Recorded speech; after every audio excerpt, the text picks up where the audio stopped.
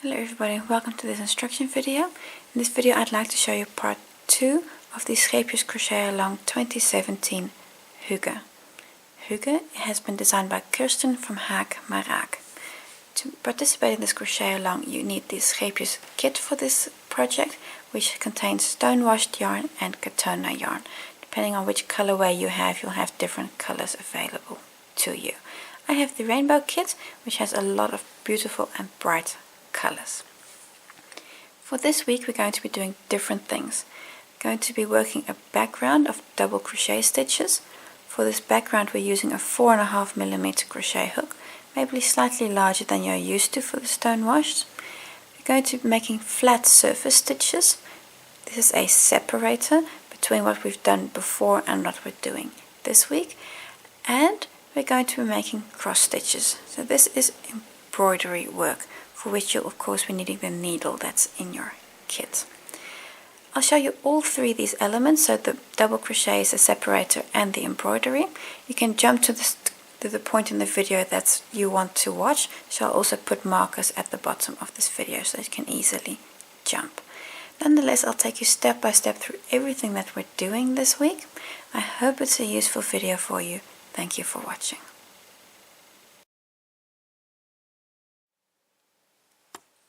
I'm going to start the crochet part for this week by removing the stitch marker. I'm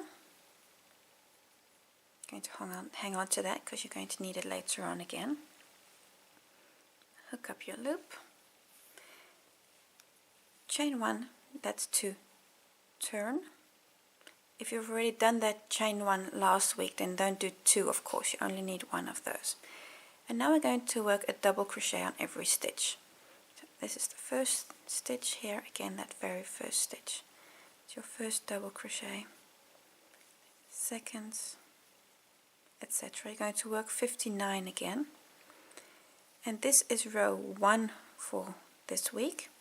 But this is of course also row 24 if you continue from last week. So it kind of depends on how you're counting, or whichever you prefer.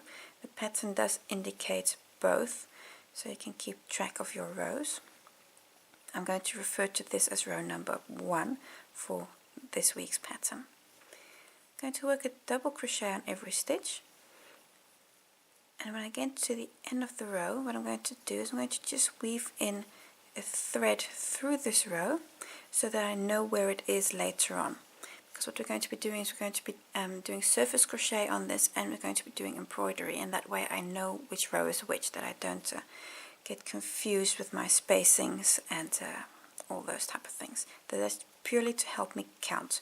If you don't want to do that, that's perfectly fine. It's just a tip. So I'm going to continue. Do a double crochet on every stitch till to the end of the row. I'm at the end of row 1 of this part, and now I want to work a contrast thread through my work. The reason I'm doing this is that I know where row 1 is, because we're going to be doing 24 more rows of double crochets, and then I don't know which is which anymore. I'm just going to quickly open up this loop so that nothing happens to it while I'm doing something else. What we're going to be doing is going to be weaving a contrast thread through the stitches of row 1. So I've got an embroidery needle here, and I've got some katona thread. Actually got a little bit too much, but okay. So I've taken yellow because it's a nice contrasting color and it's easy to spot. So that's the only reason that I took yellow. And what we're going to be doing is going to be weaving this through the stitches of row 1. So let me just zoom in a little bit that you can see a little bit better what I'm doing. Now, these are the first stitches that we just worked. So what I'm going to be doing is going to take my needle and just work through the actual stitches, so through the posts, the body of the stitches. I'm going to just work the thread through that. And what you can see happening is you can see exactly where row 1 is. Now, if you don't want to do this, it's too much fuss, or you feel comfortable counting, perfect, then just skip this step. This is purely a tip to help you, because at a certain point you're going to have a lot of rows, and then you're really going to have to come back and count them. And we're going to be doing this a few times. that we're going to be marking rows in this project.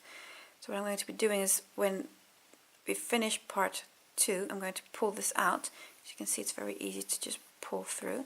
Then I'm going to pull this out and keep this thread for another part, when we're again going to have to be marking stitches, or rows actually, because you're marking the row. I'm just going to continue till I'm to the end of the row.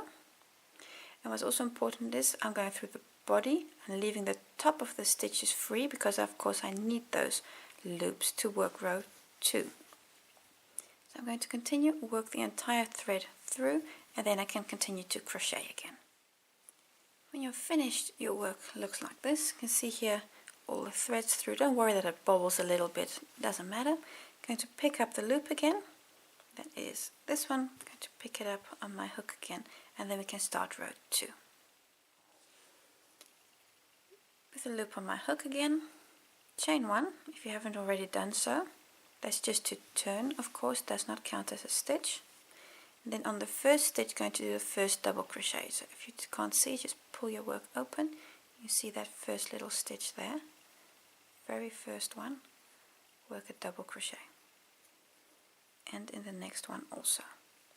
You have to work a double crochet on each and every stitch. That's going to be 59 on this row. When you get to the end of the row, chain 1, turn, and then come back and work again 59 double crochets. You're going to continue doing that until you've worked 24 rows in total. We're now on row 2, so it's going to be quite a few more rows to go. I'm also going to be doing a jump in the video at this point, so I'm going to continue work those 24 rows, and then I'll see you again when we can do the embellishments on the front of our project. Those are cross stitches that we're going to be making, as well as surface slip stitches. So continue, work a double crochet on every stitch for in total 24 rows. When you've done 24 rows, this is what your work looks like. I'm just going to hook up a stitch marker to that last stitch so that nothing happens to it. There we go. And now we're ready to start the embellishments. We're going to do surface crochet and we're going to do embroidery. Just to maybe a tip to help you count, to double check that you've got the correct number of rows. You'll see here that every 2 rows forms a bit of a ridge, a bump, if you will. And these help you to count. Remember, your first one is the one that I have here in the yellow, so that's 1. Then I can count 2, 4, 6, 8, 10, 12, 14, 16, 18, 20, 22. So then this last row here is number 23, and that first one here is number 24. It's the one that I have the thread in. So that's just to help you count. And now we're ready to start the surface crochet.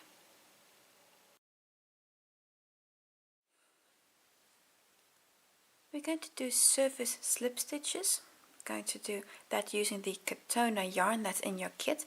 Just double check the pattern, exactly which color you need for this part. A few words on hook sizes.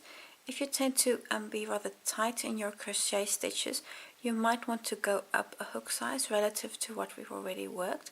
If you've got an even tension, you might want to stick to the 4.5, but if you're on the other half, something that has rather loose tension, you might want to go a hook size smaller, so to a 4mm hook. So kind of considering what your personal tension is, you might want to change your hook size for these stitches that we're going to be doing. So on here we're going to make a so-called separator with surface slip stitches. Look at your work if you think it's pulling tight, so if your work is a bit pulling tight, go up a hook size. If it's very loose and uneven, you might actually want to consider coming down a hook size. So make your first one, then see how it is, and maybe just do it again if you're not completely happy. To make the separator, we're going to have to start at the right position and then start doing diagonals. I'm going to start in row 5. Now we've marked row 1 here, that's the yellow. That's 1, 2, 3, 4, 5. So these rows of stitches, that's row number 5. Now we want to move between stitch 3 and stitch 4. On row 5, that's stitch 1, that's 2, that's 3, and that's 4. So you're going to start between stitch 3 and 4. So I'm just going to punch my needle in there. That's our starting point. So row 5 between stitches 3 and 4. Okay. Now the katana thread, you're going to hold this to the back of your work, going to pick up a loop, and then we're going to work slip stitches where the thread stays to the back. Now this is slightly tricky, especially the first few stitches. So what I'm going to do, I'm going to make a really long beginning tail. The reason is that I don't accidentally pull everything out because my beginning tail is too short. So I'm going to be between stitches 3 and 4 there on row 5 in there. Pick my thread up from the back and bring it to the front. And I'm leaving this long tail here so that if I accidentally do things like this, that I don't pull everything out. Because this really does happen, especially those first few stitches. Now comes a bit of a tricky part. Is you've got a piece of fabric here. I'm just going to roll that over a little bit so that I've got more room to keep the tension on my yarn to the back. And sometimes I just have the feeling that my hands are too small for some of this. We're going to come down and work a diagonal. Now don't worry that your first loop here is so big. You're going to pull this tight with your initial tail. We're going to come down one row and move one stitch position. If you're right-handed, you're going to move to the left. If you're left-handed, you're going to move to the right. So come down and move one stitch. Put in your crochet hook, then pick up your thread from the back, bring it to the front and move it through the loop that's on your hook. That's your first slip stitch made. Do that again. Come one down and move one position across. Pick up your loop from the back and pull this through the loop that's on your hook. And I found my diagonal coming down, I find them harder than my diagonals going up. But okay. Again, one stitch down, one stitch to the side. Pick up your loop from the back and pull through the loop on your hook. 3 slip stitches made. I'm going to do number 4, and number 4 should bring you to the row that's marked, should bring you to row number 1. So one down, one across, pick up your yarn and work that slip stitch. This is your first diagonal leg. We're now going to come back up. Your first leg has 4 loops. You see 1, 2, 3, 4. Going up, we're going to do 5 loops, but we're going to do exactly the same, but in opposite direction. So going up 1 stitch, and 1 stitch. In my case, to the left. If you're right-handed, if you're left-handed, to the right, and so up and to the side. Punch in your hook. Pick up a loop from the back and pull through the loop on your hook. Again, 1 up, 1 to the side, pick up your yarn and pull through. And to find that yarn to the back, I am just literally just grasping my hook somewhere, and then I always seem to just get a hold of it, but that is maybe a little bit more luck than anything else. So if you're having trouble finding your yarn to the back, just peep to the back and say, oh, there's my yarn. Then hook it on and bring it to the front and pull through. I now have 1, 2, 3, 4 loops, so I need to do one more. So again, to the top, one across. And there we go. You'll notice, if I just open up, that you're now one row higher than you were when you started. Because we're now on to row 6. You can see this loop here. Let's see, this loop here is the same height as that. That's row 5. Now we're one row higher. So don't worry, that's correct. Don't stress if you think, oh, this is wrong. No, this is fine. Now we can start the journey downward again. I'm going to do exactly the same. Just going to roll this a little bit. One row down, one stitch across. Pick up your yarn, pull through the loop on your hook, so you're making slip stitches. One down, one across. Pick up your yarn and pull through the loop on your hook. And give these slip stitches a little room. If you notice that they're too tight, go up a hook size. If you feel they're too loose and wobbly, go down a hook size. Again, one row down, one stitch across.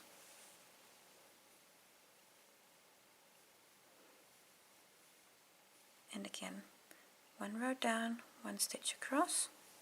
And now you're again going to have to do 5 of these. So I've now done 4. One down, one across. At this point you should again be at row number 1. There you go. The marked rows. You see I've got that yellow thread there. And this point is exactly the same as that point there. So now we're going to go back up again and repeat this bit here. I'm going to repeat that and repeat that a few more times.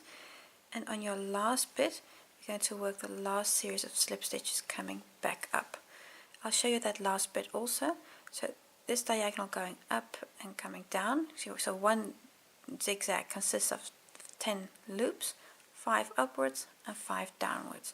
Do this zigzag a few more times and then I'll see you here just for the last bit of the fabric. I'm almost to the end of the first zigzag. You can see what I've worked so far. We started here, then we came down with 4 loops, then went up with 5, down with 5, up 5, down 5. And I've done a few of these, and now I'm at the top, and I'm going to come back down for the last few stitches. And because it's the last one, you're only going to do 4 loops. Let me just find my thread here to the back again. And we're going to do exactly the same as we've done before. So this is coming down, that's down 1 and to the side 1 position, down to the side, hook in, pick up the thread, pull through.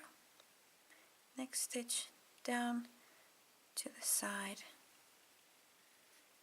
that's 2, the third one down to the side, hook up and pull through. Then the last one again down and to the side and pull through. There we go, the loop on your hook. You've now done 4 slip stitches and you've got a loop on your hook. At this point you can cut the thread, so I'm just going to do that. Just cut the thread. And I'm going to bring this to the front, and this thread, what I'm going to do, I want it to the back. I'm just going to do it with a needle so that you see exactly what I'm doing, but once you get the hang of this you can do it with the hook also. What I'm going to do is in the stitch where I pulled up this loop, I'm going to push it, bring it back in, so it's in the same position where it came from, and then we're going to fasten this loop in that position. So be sure not to go through the loop, don't do that, So be sure you're staying clear of your loop, this last loop here. Just go into that same position and just pull the yarn to the back. And what you see is then this is secured here, and you can work this tail in on the back. So your last few loops and that tail to the back, that means you've now done the first zigzag. Now we're going to come back here and start the second one. Just thought I would show you what the entire thing looks like before continuing. You can see you've got 5 valleys in your zigzags, and you've got 5 mountain tops, let me call them that, on your zigzags. And now we're going to do the same but in reverse order, and then we get the lovely diamonds. To make the second half of the separator, again I've got a Katona thread, and we're going to start in line with where we started the first one. So again between stitch 3 and 4, this line, and this time we're going to start in row 2. The yellow here is row 1. See, that's row 1 there, and I want to go 1 position up, so that's this one here. That's between stitches 3 and 4. To make life easy for you, you just check where you started that one and then come down to row 2. Pick up your yarn from the back. And there we go. And you want to make sure to keep your stonewash thread well clear of your Katona stitches, because otherwise you're going to have to either undo those slip stitches or cut the stonewash if you've got everything snagged together to the back. Now we're going to come up working a diagonal, exactly the same way as we've done this first one here. So this is where we're currently in. So 1 position up, 1 position across, insert your hook, grab the red yarn from the back and bring to the front. This loop is still very big. I'm just going to close that at the end by pulling on my initial tail. That will get my tension right for that stitch. Then again the second one, 1 stitch up, 1 stitch across, and now you're actually going to cross over the diagonal we've already made. So you can see you're going 1 over, and you're just going to go on the other side here, pick up a loop. You're going to cross over and work over the diagonal you already have. And again, once over, once across, 3, and then once more, once up, once across, and there we go, trying to catch that red yarn. It is kind of a bit of a blind poking, try to find this yarn to the back. So now I've made these 4 stitches. What you want to double check at this point is that you're in line with the valley here. That's the line you should have there, and that you should be in line with the top of these stitches here.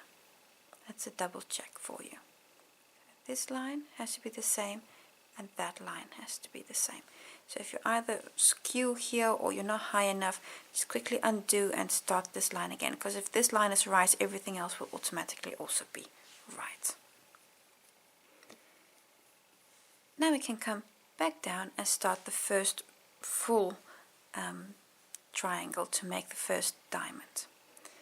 So come down and across, pick up the red yarn. Now you see, and see what I've done now? See, I've also got a stonewash thread on there, so that means I'm going to undo this, and I've got my see, I had my stonewash thread there. You don't want that, because then it's going to get all snagged, so be wary of that thread. So again, come down, come across, pick up only the Katona this time, yes, that's right, and pull through.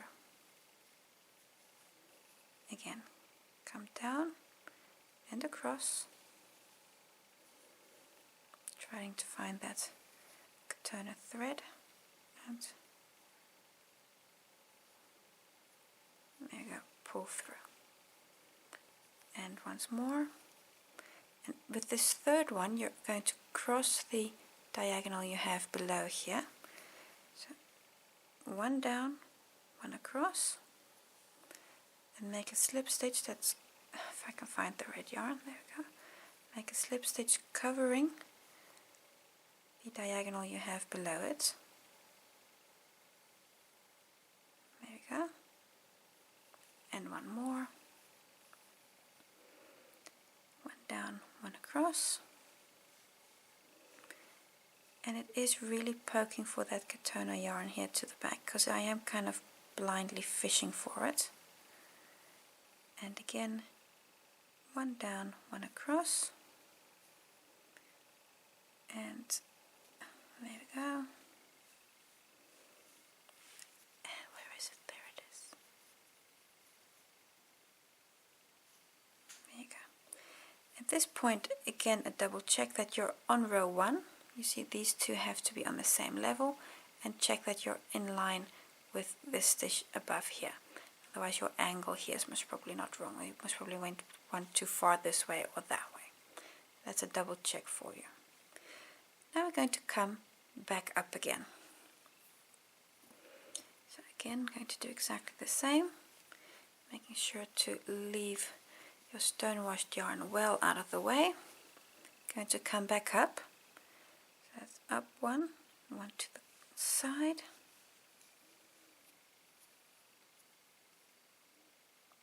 And I know this is slow going, but it is worth it. And to the side. And once you get the hang of this, it'll go faster. But don't go unnecessarily fast. Just watch your tension. That's the most important thing here. You want all these loops to be the same size. It'll give you the most beautiful result. And now again, one up, one across. And that's again going to mean with slip stitch number 3, you always cross over the diagonal with the third slip stitch. Again, one up and across. This is number 4. And then one up and one across. And this is number 5. And now you can really see the first few diamonds have taken shape, these two. So again, double check your lines, that all your lines are correct. Here also you should again be in line with this stitch here. You see that is, so everything is still going according to plan. So I've now worked this zigzag here, going to work one here, here, here, here, and I'll see you again at this point here. So when you're here at the bottom, just for that last few stitches. So this part here, continue making a few more of those. Almost to the end of the separator. I'm currently in the point here at the bottom in row 1, and I still need to do that last diagonal upward. Just find the correct thread, because this is also from the previous diagonal here on the separator. So I still need to go the last one, so it's one position up, one position across, pick up your thread and pull through. One up, and am I going correct here? One up, one across. I've got the feeling that something isn't right here. I'm just going to do this one again. Let me just check that. This is the, yeah, you see I went up 2 stitches. I should have gone into this position, but I went into that position. The reason why I had a feeling that there was something wrong, because stitch number 2 brought me on the diagonal, and that's wrong, because only stitch number 3 and it brings you over the diagonal. So I'm currently in this position, I need to go there, and I went there, so that was wrong. So again, so if you catch your mistakes early, that makes life easier for you. And don't stress if you make a mistake, just take the stitches out and do them again. You'll be happy that you did, because the separator is very visible on your end result, and if this thing is all skew, it's just not gonna look nice. Number 3, See, the third one brings you over the diagonal. That's always a checkpoint for you, that third one. And then loop number 4, slip stitch number 4 is the last one. There you go. And if everything went right, you're now again lined up with this first one, or actually the last one I should say, here at the bottom. That should be in one line there. You can cut your yarn, which I've already done, and open up. I'm going to pull this to the back again. I'm quickly going to do it with a needle so I can get it in exactly the right place. At a certain point you're going to have experience enough and you'll hook this from the back with your hook. So in that same place where the yarn comes out, so I'm going to push it back in. And you see this last loop there, it's just formed nicely. The 2 threads here, work them in, and then your separator is all done. You can see the beautiful diamonds that we've made here.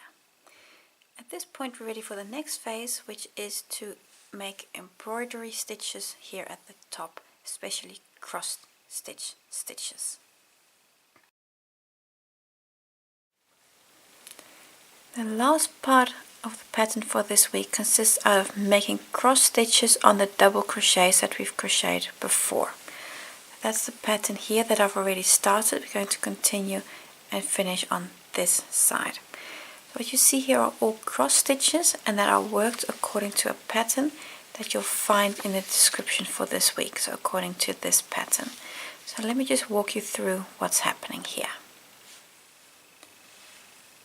What you see here is that on certain positions there's a little cross made with Katona yarn, and how this cross is made is that every double crochet stitch has 4 corners. These corners are basically the spaces between the stitches, and these spaces we're going to use to make these cross stitches.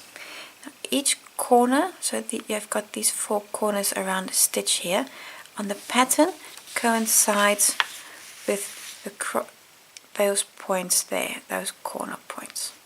So one little colored square coincides with a cross stitch here that's been made on the pattern. If there's nothing on the pattern here, so for example these empty blocks, that means you don't do anything there. So these are all the double crochet stitches, and all these colors here, these colored blocks, refer to Katona cross stitches. The colors, the letters refer to which color to use from your kit, so make sure that you're using the correct color at the correct place. I'm using the rainbow kit, so for me this here, for example, is a green, and this is a blue, and that's a bit of a purple color. So make sure you're using the right color. So every little square here coincides with a cross on the pattern, and the position where we make them are between these little points there. That's how we're going to make our crosses. What's very important when doing embroidery work, especially cross stitches, is that all the legs of all the crosses are oriented in the same way. You can do this in one of 2 ways. You have a top diagonal and a bottom diagonal. You can either do it in this way or the other way around, that way. Doesn't matter which one you do, as long as you do them all consistently in the same way. See here, I always have this one here, this diagonal, I always have on top. So I always have them this way around. So don't do some this, some that way. That will give you a very uneven effect. So this is a very important point to pay attention to when you're doing cross stitches. A measure for quality, if you want to know whether or not you're doing things neatly enough, so look to the back of your work. The back should be, you should be able to see the same pattern as that you see on the front. Of course, not as neat, that's not the idea, but you should be able to recognize the pattern. That's a measure for how neat you've been working. So if you want to check your work, also check the back. It's always very interesting to see. What I'm going to be doing is I'm going to show you how to work these cross stitches according to the pattern. I've already done the bit of the left side here, but I'm going to start as though I'm starting afresh, so take you step by step. We'll start here on the right hand side, and then when everything goes right, of course they'll meet up here in the middle and everything will be fine. I'm going to start with you here on the right hand side. We're going to start the embroidery in line with the separator that we've made. Usually when you do embroidery, you'll start at the center of a pattern. So you would say, for example, start here at the center of this motif.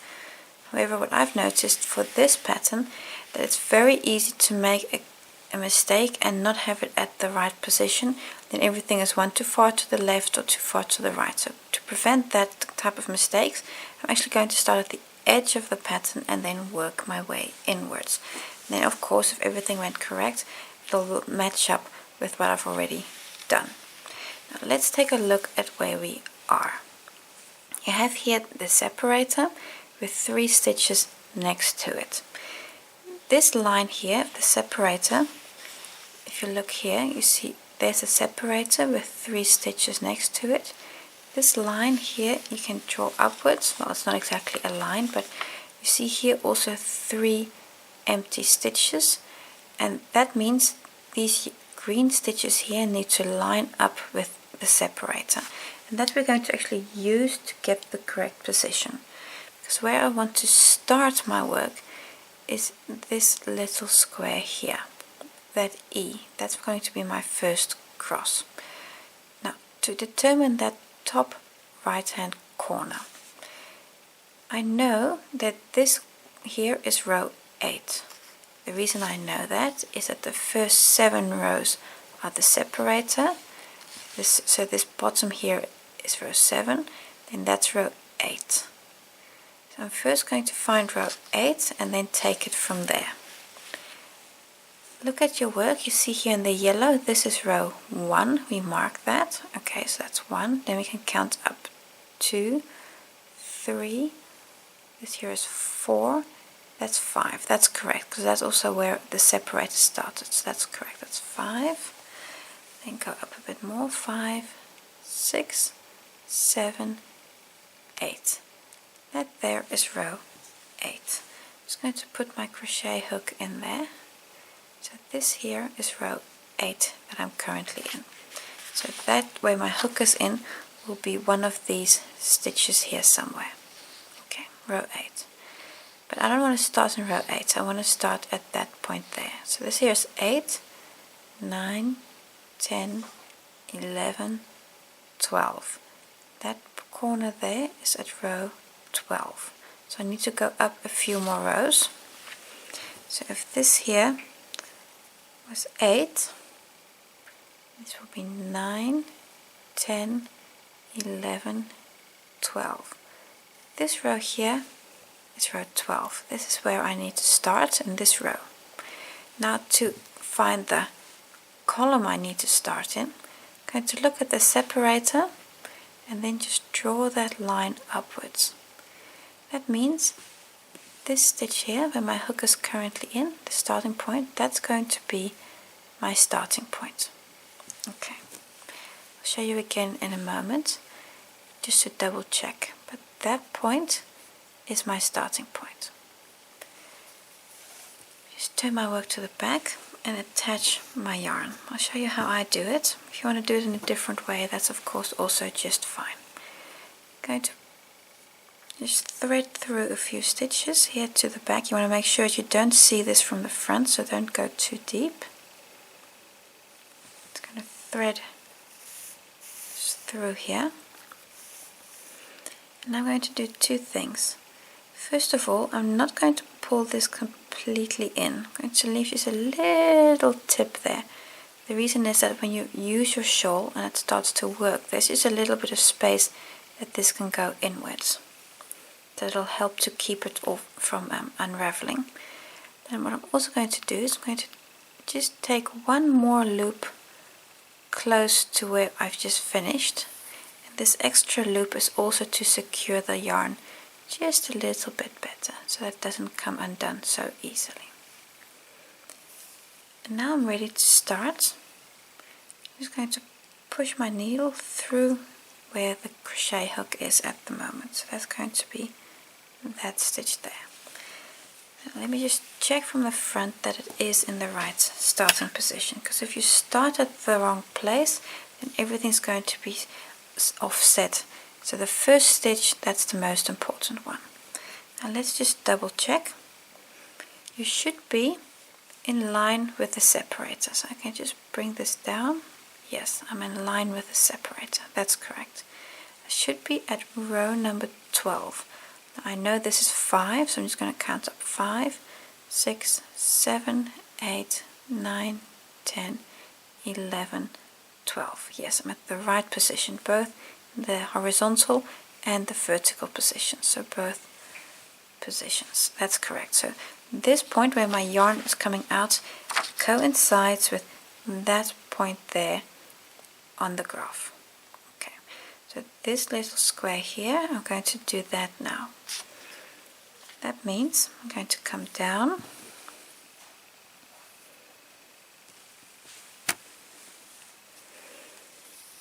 just come down,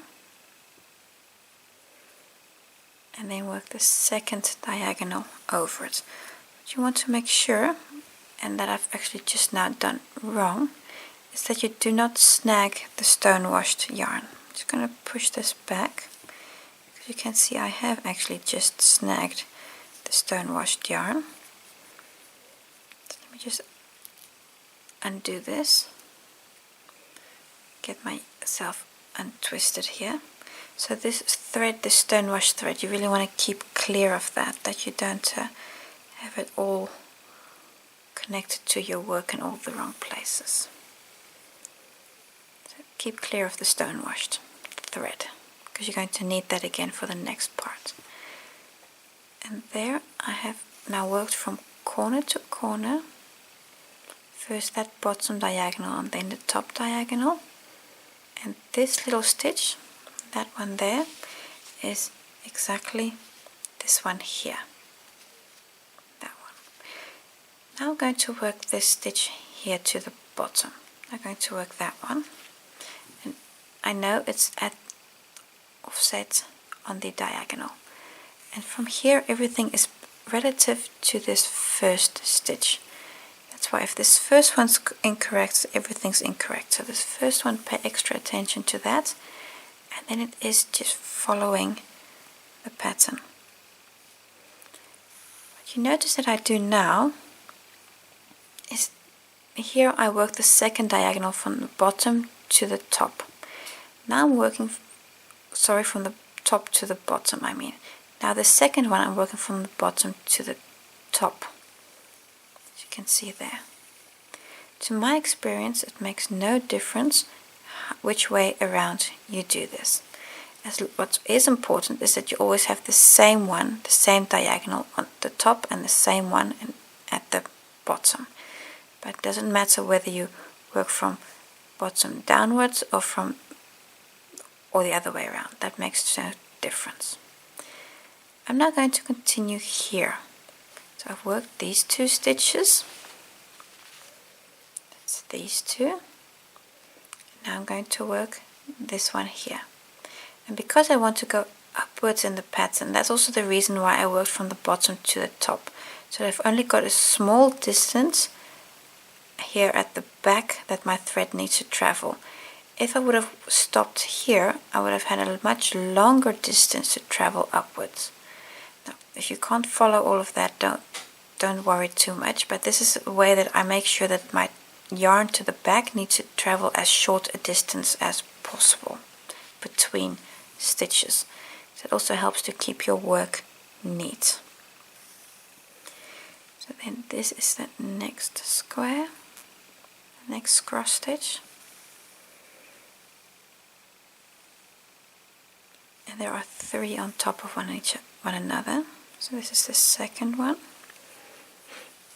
And I'm also going to do the third one.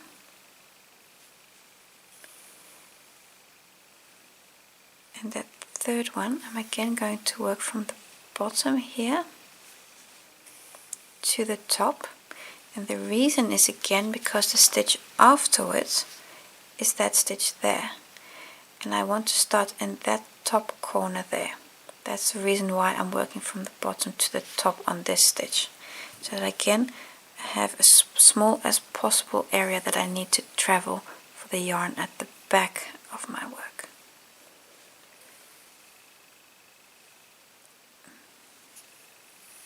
And that's the next stitch.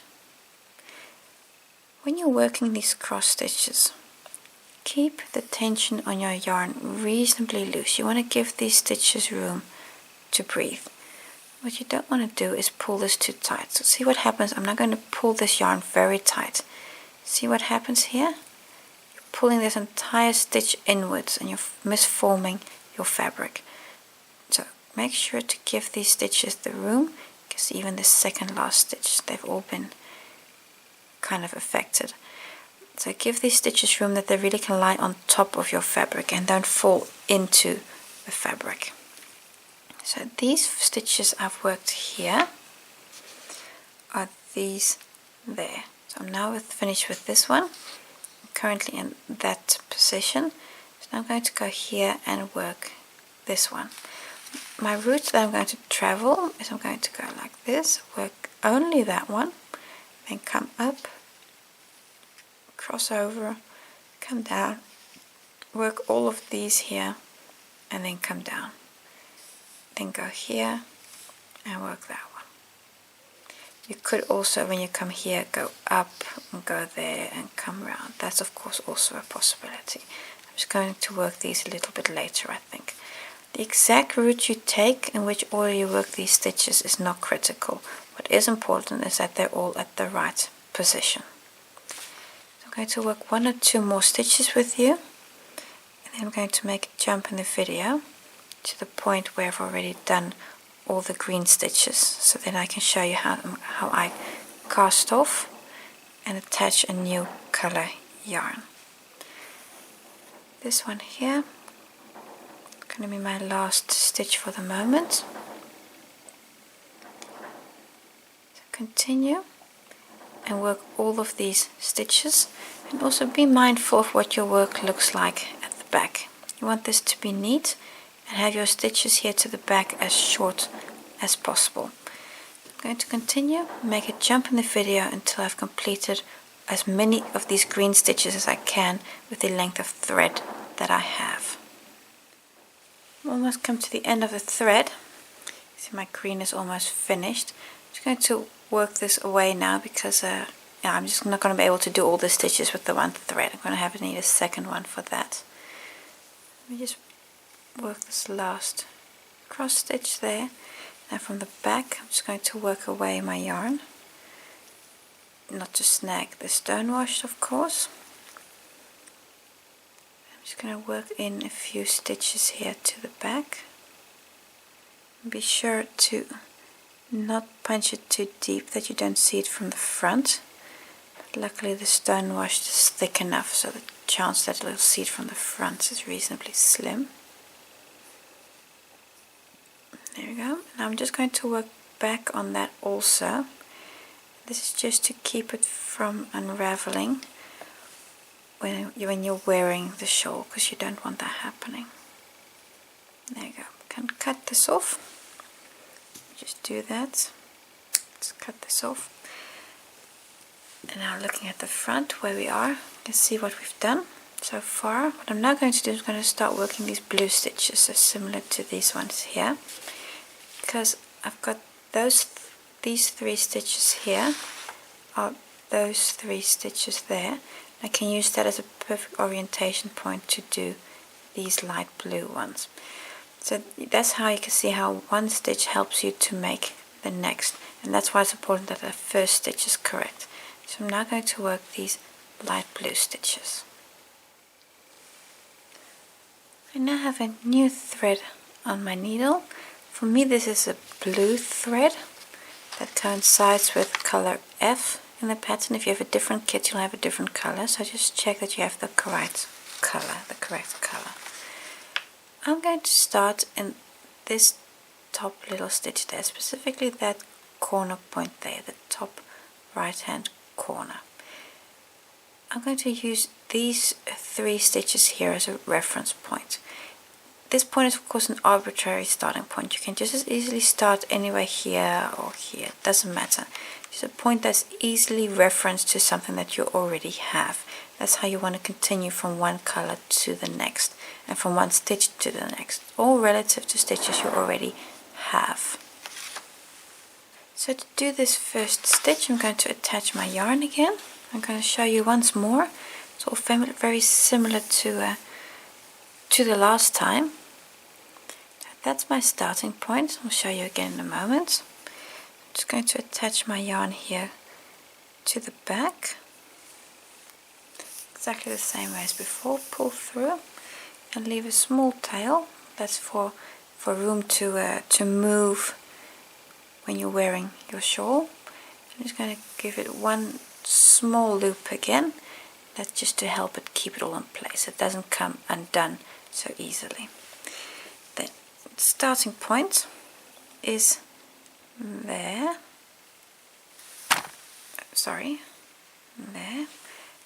What you see here, this is the last stitch worked. And on the next position you need to skip one stitch, and that is that top right hand corner. So where my yarn is currently at is that, that point there. That's where I'm currently at. So now I'm going to work downwards again. That's one there, and that's the next one. And again, make sure every time that you have the same leg up top or at the bottom. My next stitch will be here to the bottom, and I'm going to work 3 stitches with you, 3 or 4, just see how we go. Second, and again I'm just following according to the pattern, 1 stitch to the next. Still be sure to keep clear of your stone wash thread, you don't want to snag that. And then another one. There we go. And I've now worked 3 stitches. It's going to be my last stitch with you. And then these 3 stitches in the pattern are the same as these 3 here.